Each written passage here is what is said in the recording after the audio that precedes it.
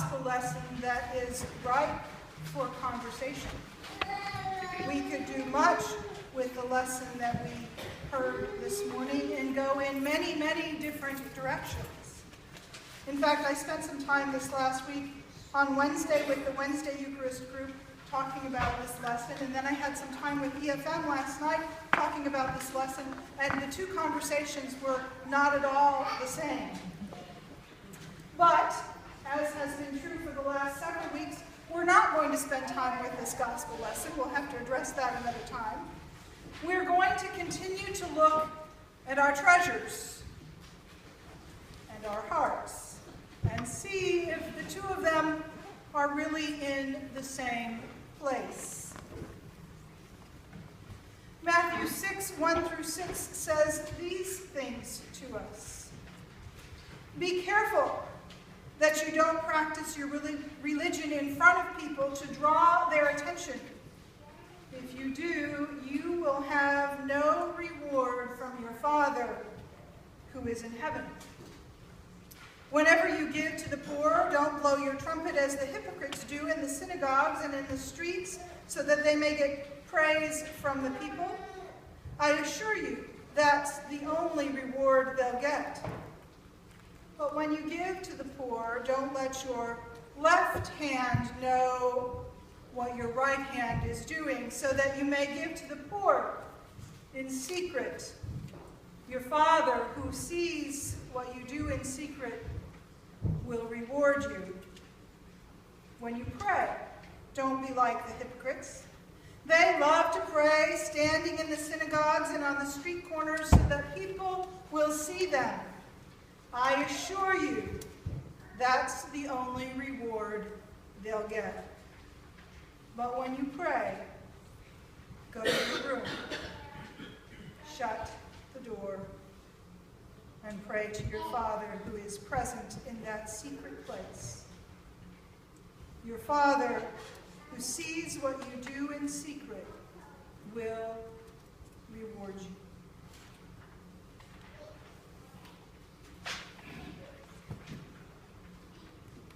Have you ever been part of something that was bigger than you, that turned out in ways that you knew beyond any shadow of a doubt you could not have accomplished on your own, and in fact, really the group you were with couldn't have accomplished on its own? Sometimes we all get to be part of something that's bigger than ourselves, something in which our name may never be mentioned, and in which we are not the ones to hoist the trophy or to be on stage. But as the accolades ring around, we know deep in our hearts the role that we played, and it doesn't matter that we're not getting the glory. The glory is in knowing that we were part of it. I remember feeling that way when I lived in Rochester and was working with the Lost Boys of the Sudan. Many of you have met my friend Salva Dutt, the founder and CEO of Water for South Sudan. When I first met Salva, Salva was a young, struggling immigrant. He barely spoke English. He was one of the skinniest people, he still is one of the skinniest people I have ever met. But he had a dream. He wanted to return to the Sudan and drill wells for his people, believing that water was the wellspring of life. Not just incarnate life, but spiritual life. That with clean water, communities could grow and flourish, and that war and famine and rape and disease and unnecessary death would cease. He spoke passionately in his broken English about his belief, and ardently about his assurance that it would be so. And he prayed without ceasing, that he would be up to the task that God had set before him. Water for South Sudan was born in the living room of Louise and Chris Moore, his American parents. parents, with a small group of us sitting around on the floor and a collection of whatever money people had in their pockets, and a very large collection of lint that came out of the pockets as well.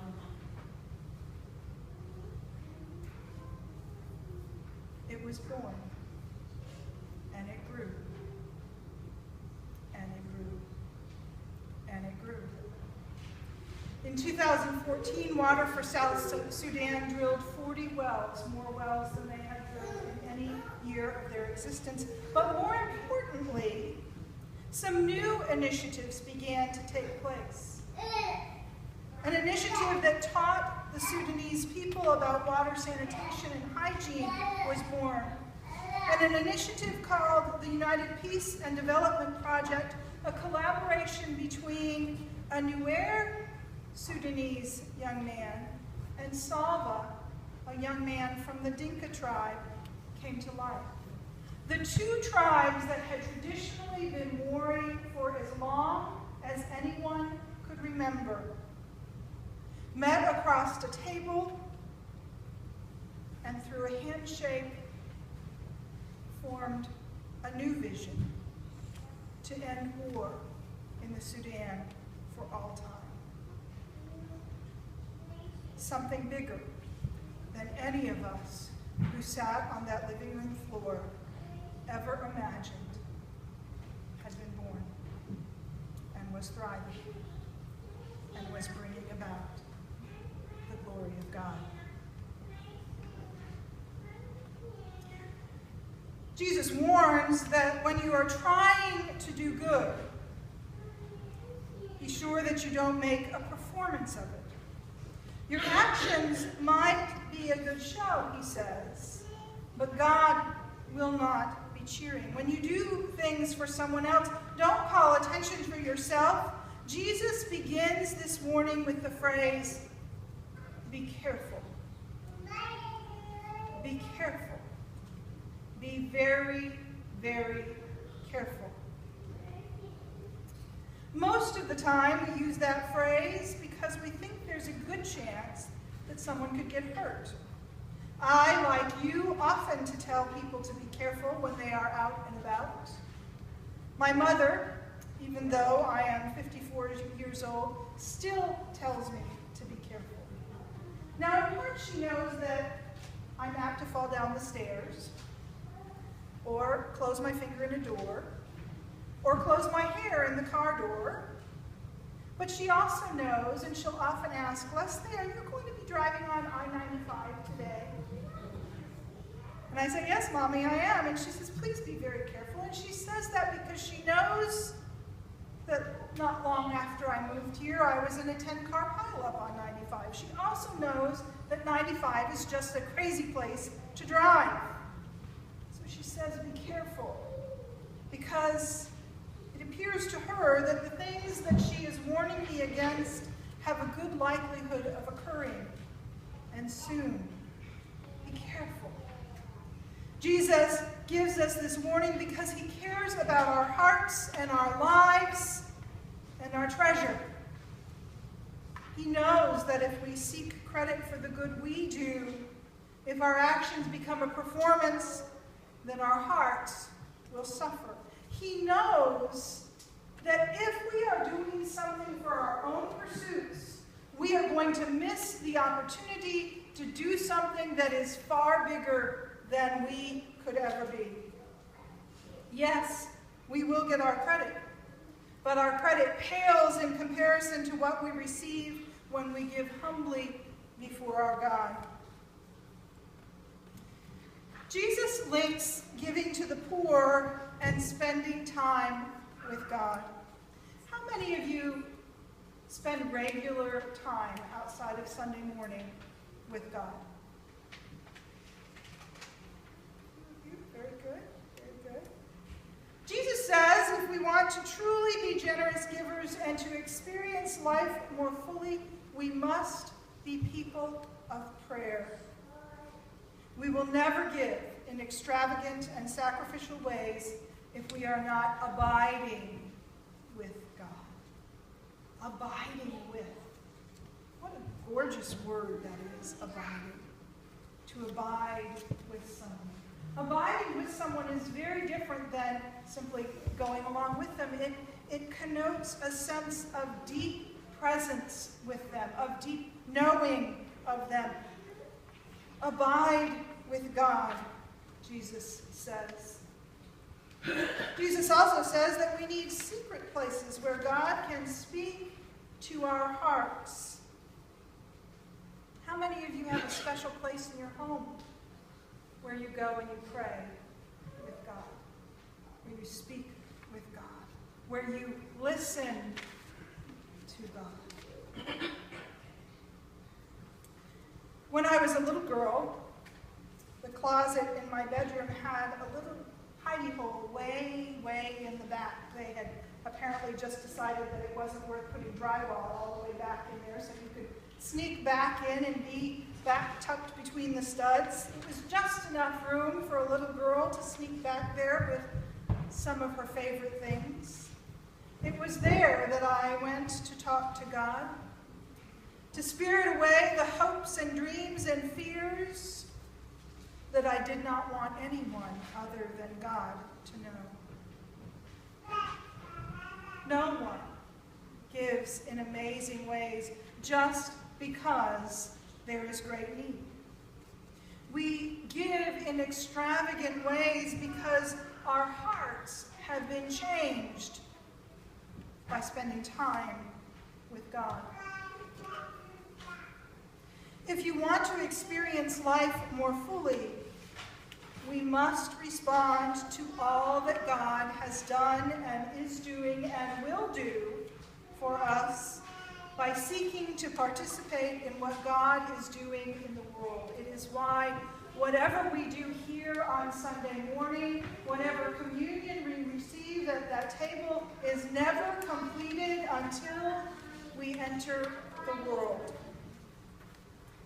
Communion is truly made whole in and through and with community. Those whom God calls us to clothe and heal and feed and hold. Many of you, I know, have been on mission trips. One of my friends sitting here right in front of me goes on them on a really regular basis, and she is truly one of my heroes. If you have been on a mission trip, you will know the story I'm about to recount. A story about being so overwhelmed by an experience that you had no choice but to give. Oftentimes so overwhelmed by that experience of what God is doing in the world, that the way you live your life changes forever. I had an experience like that at an orphanage not so long ago. While I happened to be at the orphanage, one of the babies, one of the little bitty ones, found a new home. And she was leaving. She was going on to a full and abundant life, with the great likelihood that she would never return to that place, and there was great fanfare and great celebration as she was sent on her way. And in the dusty darkness of the night, as I made my way back to my far too narrow cot to sleep on, I came across a young boy huddled in a corner, sitting in the dust, crying unconsolably. And so I sat down with him and scooped him into my lap and began to rock this lanky 12-year-old back and forth, trying some way with my body to give him comfort and to keep us from tumbling headlong into the dust. And he cried and he cried and he cried. And I tried to calm him, to understand why he was so tearful. And finally, after a time, his tears stopped enough that he could look at me and through eyes still wet, ask me why God didn't want him to have a family. Why didn't God love him enough to send him?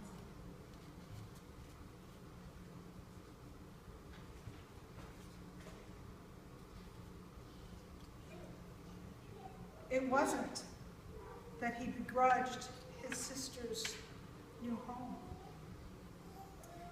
It was that at age 12, he was beginning to come to understand that he probably would never have the same. That with each passing day, the likelihood that his life would be lived out in its entirety in this place became closer to the truth.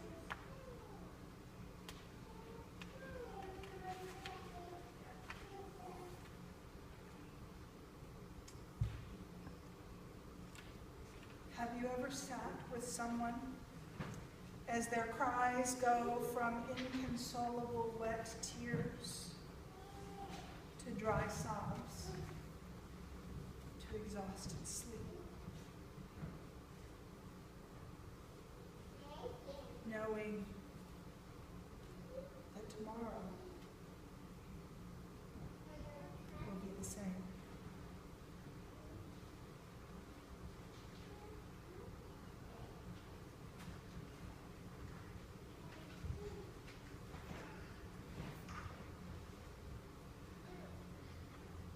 It was for me in those moments of participating in what God was doing in the world that my response was formed.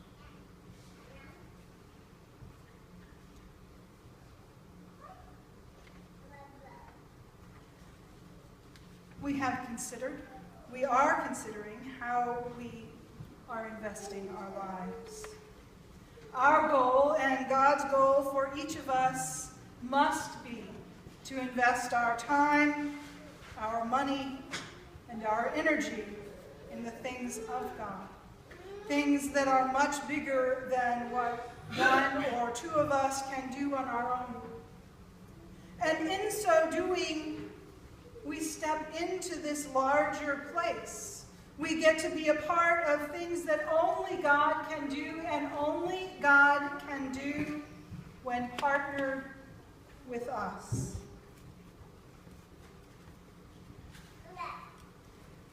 God is calling us, each of us, to give.